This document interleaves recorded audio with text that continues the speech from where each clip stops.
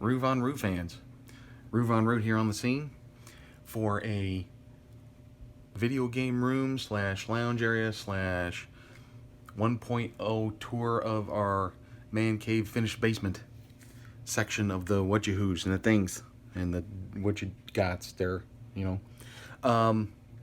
So we're gonna start with the consoles video game area and move into the other what you dinks of the things that we want to see and talk about and stuff. So here's kind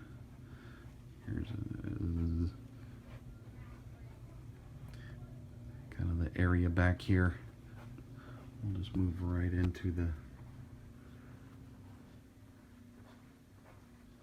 video game zone over here, and we'll start over in this corner with my CRT TV. This is a Trinitron or a Panasonic Trinitron type. I don't know if I can get away with saying it's Trinitron, but it's high definition sound, but not video. Flat screen CRT TV for a lot of my retro video gaming. I got this off of Craigslist for the steep price of FREE free. And I love it. It's got S-Video and composite up front. It's got S-Video and composite and component in the back, plus a coax RCA input for, and I use all three for many different types of video game connections. So yep, if you got a retro video game room, you got to have a CRT. And up here on the top, some of my extra versions of different game consoles that are not hooked up. As you can see over here, I have a Genesis version 2. The video quality out of this Genesis version 2 is not as good as my Genesis version 1. So I used to use this one, but now I use the version 1. I've had this one, I got it at a yard sale a long time ago, probably over 10 years ago, 15 years ago probably. Here's a Atari 2600. You can see the black front on it. That's called a Vader. I got this from a friend of mine, Thrasher. Thank you, sir. Vader 2600. And right here is a Nintendo NES top loader. And I got this given to me by a coworker. Thank you, Kathy and JJ. So that was super sweet as well. So let's cruise on down here to the bottom and see what we're doing in here. Kind of dark, so let me get out. This is high tech. I got a little flashlight here. We are going to boom. So in here I've got one of many switch boxes. This is my oh gosh, look at all that dust and all those cables. Normally you can't see it because it's black in there, but this is my 3-port RF selector, and I have the Atari 2600, 5200, and 7800 hooked up to this through my CRT TV. Over here, if we look closely, this is a Magnavox Odyssey 2. There's a couple different versions of this, but this is the one with the controllers that are hardwired to the console. I got this. Where did I get this console? I've got another one that's broke. I forget where I got this. This may have been a Craigslist find. I've had it for quite a while. So I think it's 19. This console came out in 78 or 80. 80, probably 80, something like that. One of those two. So down here, I've got an Atari 5200. This particular box was sold to me for a great price from the owner of Trading Games after my other 5200 shot craps, and I was trying to fix it, and he felt sorry for me, I think.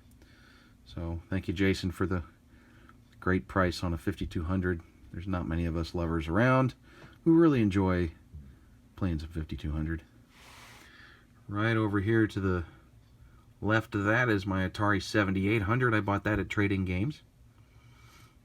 Plays 7800 games and 2600 games. So I need to dust these consoles. This is pretty rough. Pretty rough.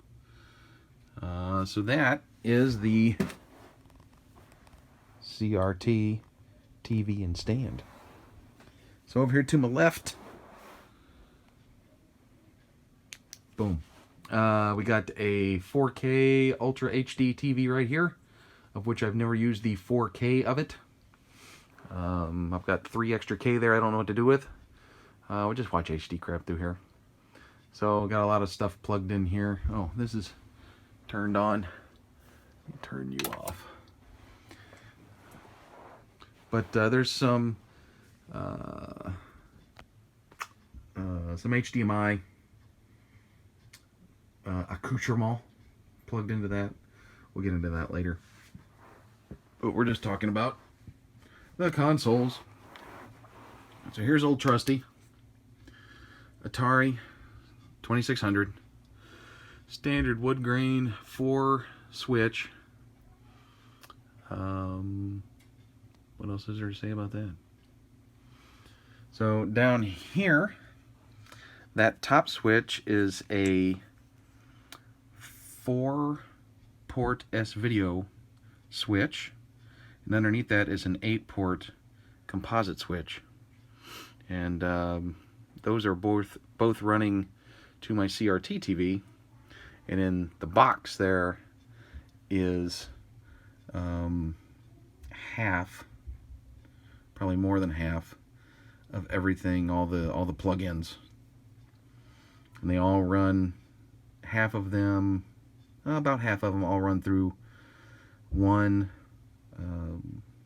we call it a power strip. So I keep that turned off unless I'm playing with consoles. So let's go up here. Something pretty special. I got a TurboGrafx 16 console, and I got this neat dust cover. That is a TurboGrafx 16 dust cover. Let me take this dust cover off here. Show you the console. There it is. There's the console. North American version of the TurboGrafx 16 came out in 1989. Uses not cartridges, but right there uses U cards. In the back, I have it hooked up. It natively hooks up via RF, which is horrible. But I have I rigged up a specialty hookup back there so I could run it composite to my CRT TV. This is a fantastic console to play with, but it's very expensive to collect for. TurboGrafx 16. And you'll notice most of my consoles, at least some of these older ones that I play a lot, I have controller extensions hooked up, and I keep those hooked into the console, so I don't have to keep hooking connections in and out of the console and loosen the controller ports from overuse.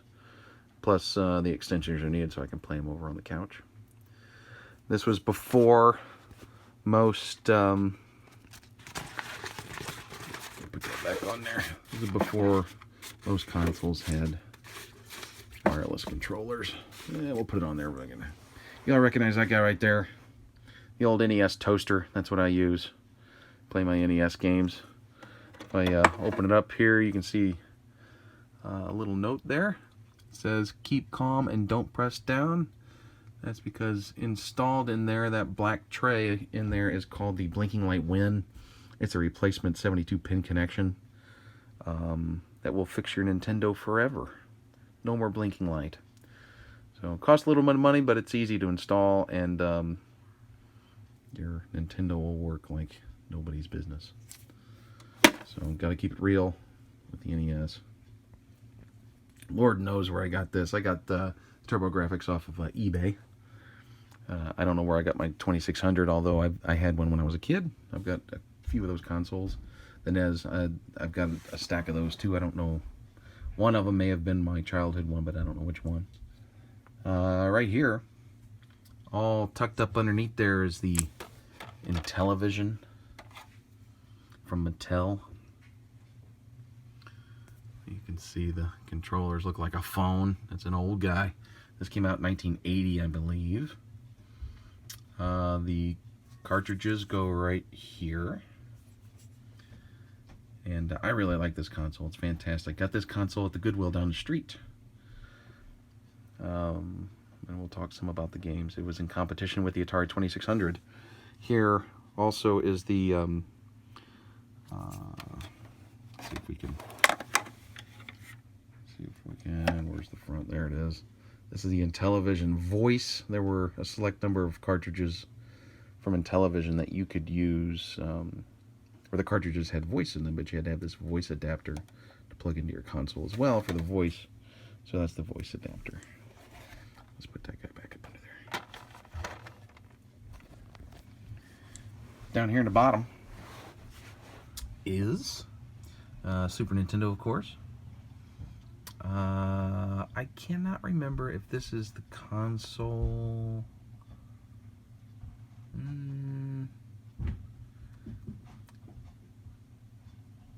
So my initial Super Nintendo console, I didn't have one when Super Nintendo came out. But around the year 2000, I went to a yard sale in my hometown, and someone was selling a Super Nintendo with 3 games, Zelda, Final Fantasy III, and Super Tennis, for $3. Yeah, I bought it. It's either this one or the other one I have. I think it's the other one, because the other one was a yellowed one. It's one of the ones that has the flawed plastic.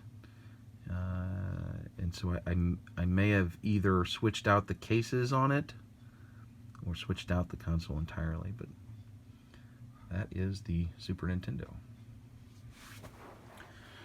Up here is the Genesis, Sega Genesis I was talking about.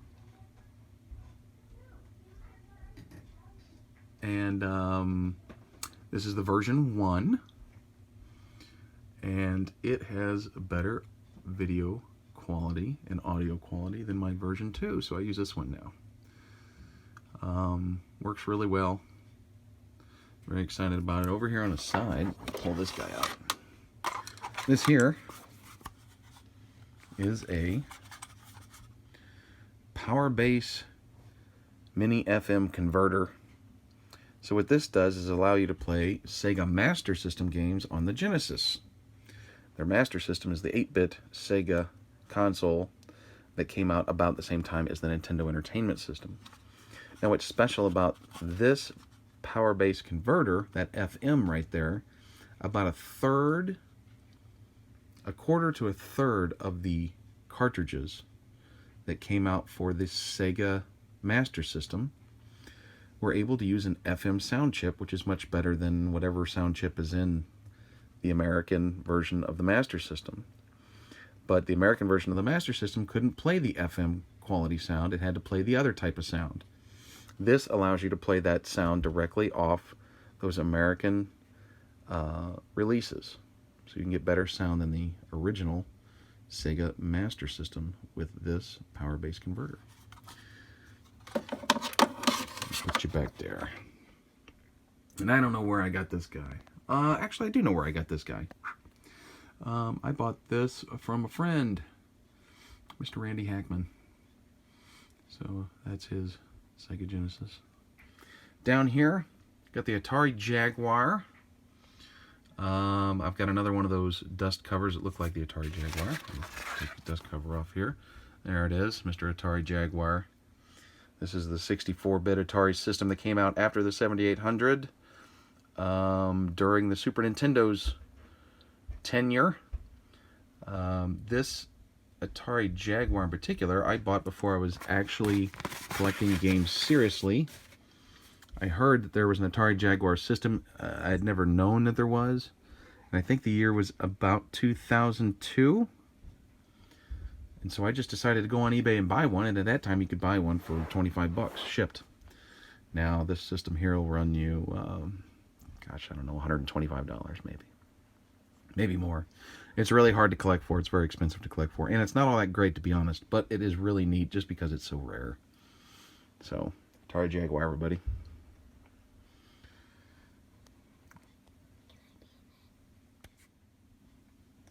Uh-oh, don't look now. Someone just showed up. It's Scrump. Scrump. My name's Allie. And you play some of these video games, don't you? Yes. Yeah. I play Kirby. I play Mario. I play what's that other game, Toad or something. Oh, you're playing Captain Toad, Treasure Tracker. Yeah, and I play Boom Blocks, and I played the Wii Fit. You play Wii Fit on the Wii board. Uh-huh. You were playing some Overcooked on the Switch. Yep. And you've played the Atari before when you were a little girl. I don't know if you remember. I don't. You remember? You played Super Mario? Yes, I play Super Mario 64, and it's very hard. Mm-hmm. And do you play any Sonic? I used to. Yeah, you used to play Sonic when you were young. What's this? All right. Oh, yeah. All right, so I'm talking about this console right here. Now, you've never played this one, Rue. This one right here is a Sega Dreamcast. And I bought this up at Trade-In Games here in Fenton, Missouri as well. Yeah, that one right there, Scrump. Yep. Yep. And I don't know what to say about it, but there it is.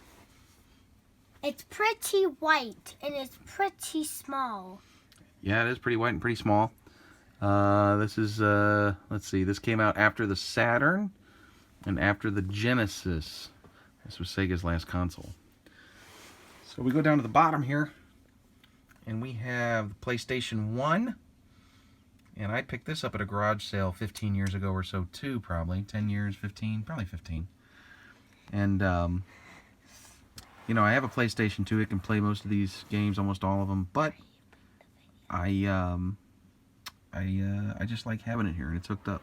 It's ready to go. So, there you have it. Right there. All right, let's go over here. Let's see what else we got. All right, this here is my ColecoVision. I got this at Trading Games too. That one. This one right here. And my neighbor had this console when I was growing up. This came out in 1982, I believe. And the one thing that's nuts about it, it has one of the biggest AC adapters on the planet. It is absolutely astonishingly massive. It's got another one of these phone-looking controllers. The controller's pretty rough. It had some expansion items. I have one, which is let's see. Or no, I don't. I got the steering wheel for it, but that's about it. So that's my ColecoVision. That one. Down here, I have the Sega Genesis. No, wait, the Sega Saturn. Oh, and it's open. Why is it open? Oh, it's all dusty. Sorry, guys, it's all dusty. It got all dusty. Woo, it is super dusty. Hold Don't on. dust it on me. I gotta get some things for that. Anyway, so this particular Sega Saturn here comes with the memory cartridge in the back. Excuse me, Scrumproo. I could get some. Yeah, I gotta dust these things off. And oh, so this console came from my friend Marv, who I traded some wine for. So there you go, and there you have it. Get out of the way, Scrump. Down here we got the Wii with some of the stuff that Scrump and Bubs play. Like the Wii Fit. Mm-hmm. And Kirby. Mm-hmm. And Boom Blocks. Mm-hmm. And another Boom Blocks, maybe? Yeah, it's a Boombox Bash Party. Okay. Party. So this is the first version of the Wii that has the GameCube controller connections to it. This is the one I bought this retail back in the day. Let's see. So down here is the Nintendo 64. This is the one that I bought when I was in college in 1998.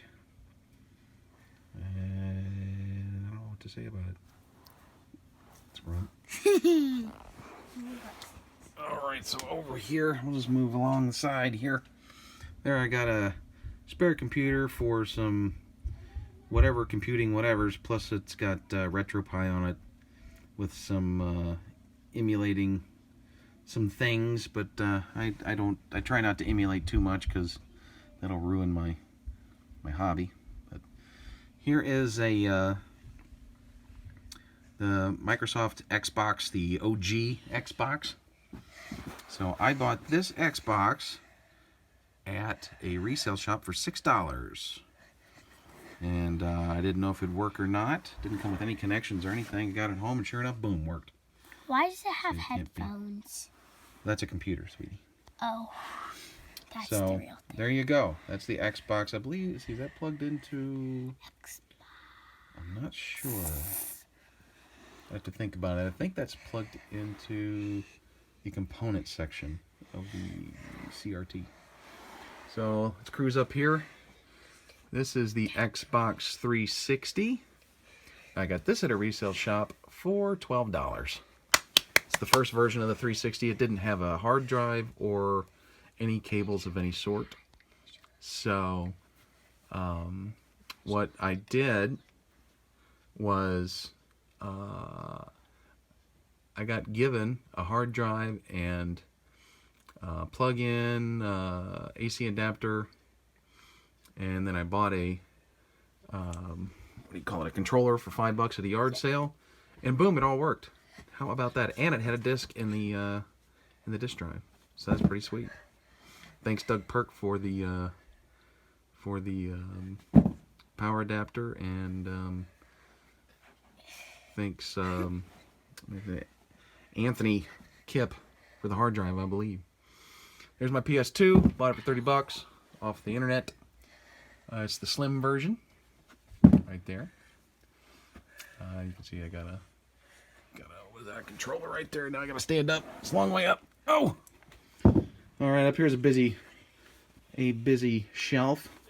Got my Nintendo Switch sitting right there in the Switch dock, and I got a Nintendo GameCube that I bought retail back in 2002, along with a Wavebird I bought retail and another Wavebird that I found somewhere. I forget where I found that other Wavebird. Thank goodness I did. Underneath the GameCube is the Game Boy Player, which is awesome. Plays Game Boy Color, and Game Boy Advance games on your GameCube. I had no idea that existed when the GameCube was out, but I do now, and it's awesome.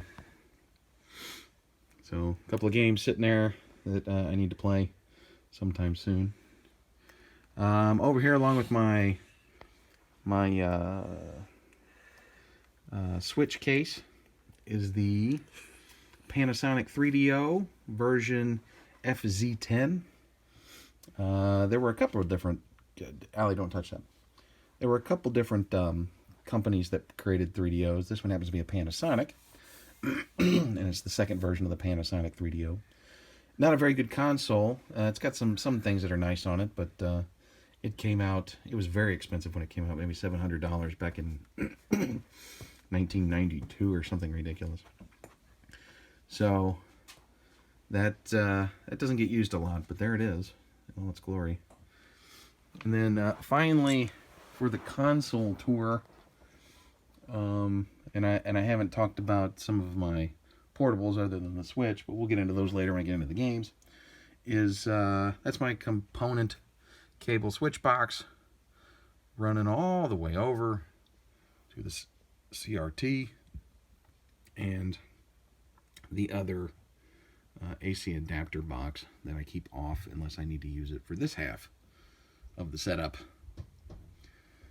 So let's go up here to some of the accessories. I got my Sony turntable that was bought new, probably from Best Buy in maybe 2001. It's used a lot now. Got my receiver where everything I've talked about that's plugged in is running through in one form or another to a couple of speakers I'll show you in a second. This here is my first Laserdisc player, Pioneer CLD 2080, and I bought it probably 8 months ago at a resale shop for 12 bucks maybe, and works pretty good. Pretty happy with it. Doesn't have S-Video, which is the hope on any Laserdisc player that you find, but it does have a decent picture, so and it runs pretty good. So yay for me. I got a HDMI switch box right back there for some HDMI stuff running here and there, such as the Xbox 360. And this old clunker, I needed a new Blu-ray player because my new one broke, which is weird.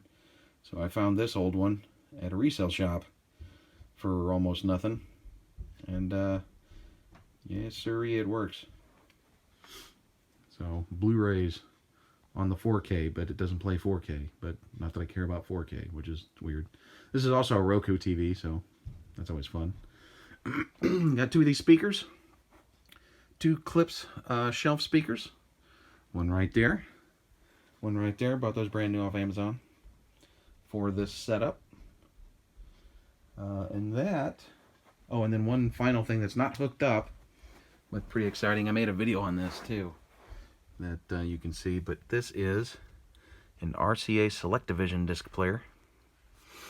While we're talking about the records and the discs and stuff, my RCA Selectavision disc collection is very small. It's only 2 movies, 3 discs, but here's a disc. It's about the size of a record or a laser disc, but it's thicker. This came out in the late 80s. No, early 80s, sorry. And then, oh, thanks, sweetie. And then here's my laser disc collection up to here. Right here. A variety of things. Both old and old. And then starting here and going down is my vinyl collection. Got a couple of new ones. Almost all of them are old, as you can see. And just a random selection of stuff. Oh, plus the ones that are over here. And then, let's see, what else do we got over here? On that, so on the shelf over here, on top of the game console, we got some California raisins. These are the ones I bought at Hardee's back in the 80s. And I had to put them up there. I don't know why I did, but I did. That little fella right there, that guy and that peach, I got at a yard sale for like 25 cents, like 15 years ago. I don't know why they're here, but they follow me around everywhere. Of course, we got Curbs. He's ticked. Some random little guys back here. And I just threw my childhood Castle Grayskull up here too. Just 'cause. And all my He-Men are in there. And He-Ladies, if you will. So it's storing all my stuff. Got a cool Zelda banner over here on the side.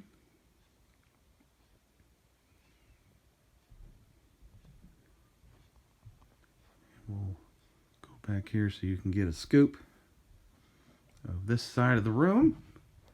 One last thing from this side, I got this clock here off of Amazon. It's a biggin, but it reminds me of the clock that was in my grandma's house in her living room. And for some reason, I just had to have a clock that was like it.